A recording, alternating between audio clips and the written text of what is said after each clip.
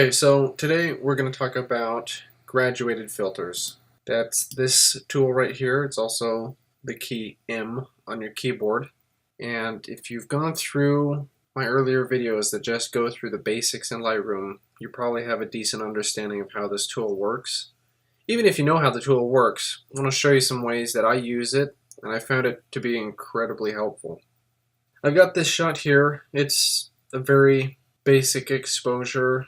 It's not good, it's not bad, it's not great. It's kind of just in between. But it has some great potential.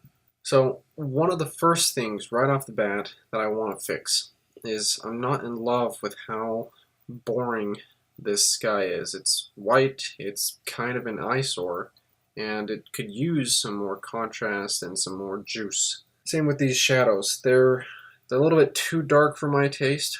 Obviously, we don't want to brighten them too much because a good photograph still maintains decent contrast. So those are a couple of the areas, and then just the color of the trees. They're more brown, yet I know when I shot it in person, they were very green and vibrant. It's a beautiful forest. So I'm going to take my graduated filter, and the first thing I'm going to do, probably seen me do this before, I'm actually going to take my exposure all the way down. And the reason why I do that is you'll see when I start applying that graduated filter, because I dropped the exposure so intensely, I can see exactly what is being affected and what isn't. We will change that later on, but for now I'm just using it to see where and how it's affecting the photograph. We'll reset this. I'm happy with the area that it's affecting, and I'm going to start by dropping my highlights. That already looks so much better, and you can see it affected the mountains just a little bit, but not too much. We might want to drop our exposure like 1 or 2 points. And the other thing that we're going to do is we're going to use this dehaze tool, which, again, if you've watched the basic intro to Lightroom tools, you understand that it acts kind of like a contrast filter, but it also serves to reduce some of this haze that we're seeing in these hills back here. And I want to drop that just a bit by increasing the dehaze.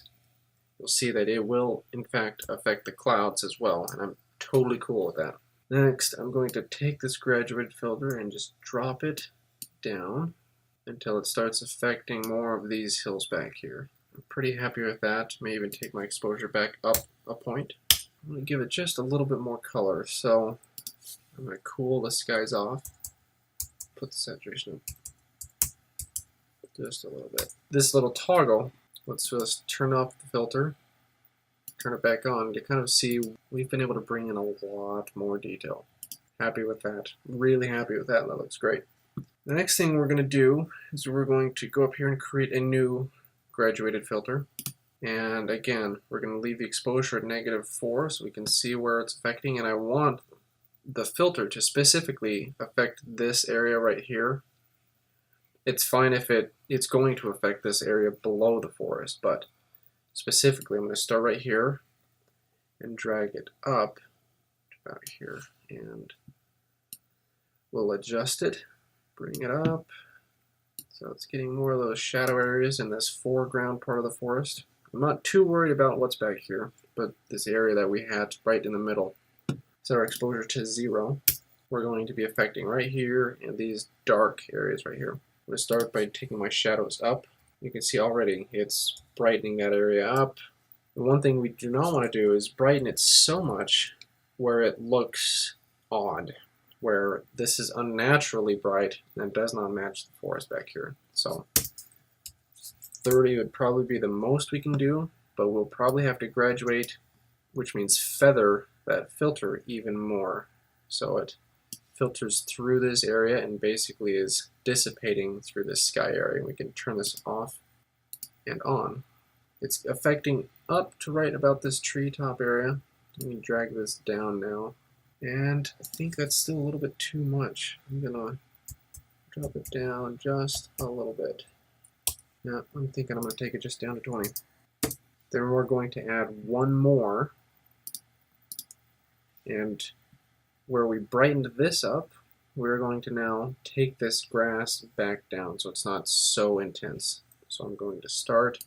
It's going to be a smaller graduation. It's pretty good, pretty happy with that. Make it a little smaller, bring it close to that horizon line, if you will, that edge of the grass. Set it to 0, and we're going to take our highlights down. Now we're going to drop our exposure. And we'll give it a little bit more green by dropping our tint. Okay, I'm pretty happy with how that turned out. You can see how using the controls with the camera raw image, we were able to bring out so much more detail and color in the image than was initially visible to the eye. And turn off our graduated adjustments. There's our before, there's our after. Just a lot more detail. The last thing I'm going to do, I'm going to use the shadows control, and by doing it here in the basic tools palette, it's going to affect the entire image, which I'm okay with. We're going to bring those shadows up overall just a little bit, and we're going to drop our highlights just a hair. The last thing I'm going to do is I'm going to work on some color by turning up my vibrance.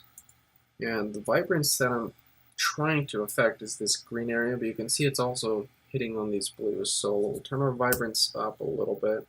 And specifically with our saturation, we're going to take our aquas and our blues down.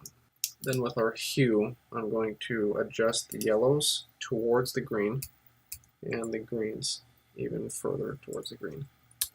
Now that's a little bit unnaturally green, which means we're going to have to drop our vibrance just a little bit. It's a little bit too intense.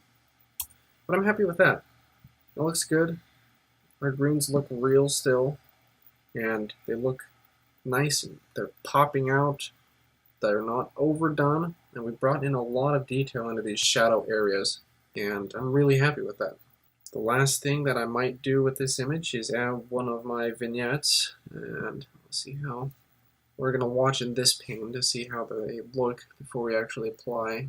Specifically, I'm watching the sky, and the super heavy one, it's too bold all in the sky. I'm thinking probably this medium vignette is going to look best. I'm really happy with that. That's pretty much all the editing that this image would need. Again, this is done with graduated filters. We will use these in more advanced edits all the time. You'll see me use them quite often, actually. And I'll use them for different parts of the image for different reasons. This was a very basic and a very simple edit. Most of my graduated filters could be done in straight line increments. We've got the sky, we've got this back forest section, we've got this foreground forest section, we have this foreground grass. 4 levels, if you will. And we were able to use the graduated filters to affect each of those differently. The radial filters and the adjustment brush filter works in the exact same way. They just let you isolate sections of the image in a different way. Now we're going to go over those in different videos. So there's a more in-depth look at graduated filters. Hope this video helps you when you process your images to bring more out of your images than what you might have been able to with just the basic controls. Make sure to check the description in this YouTube video. I've included a download link where you can download this exact image and practice these exact techniques that we've talked about today. So check it out, play around with it, and hopefully you'll be able to use these tools effectively when you process your own work. Stay tuned for the next video for more tips and tricks in Lightroom.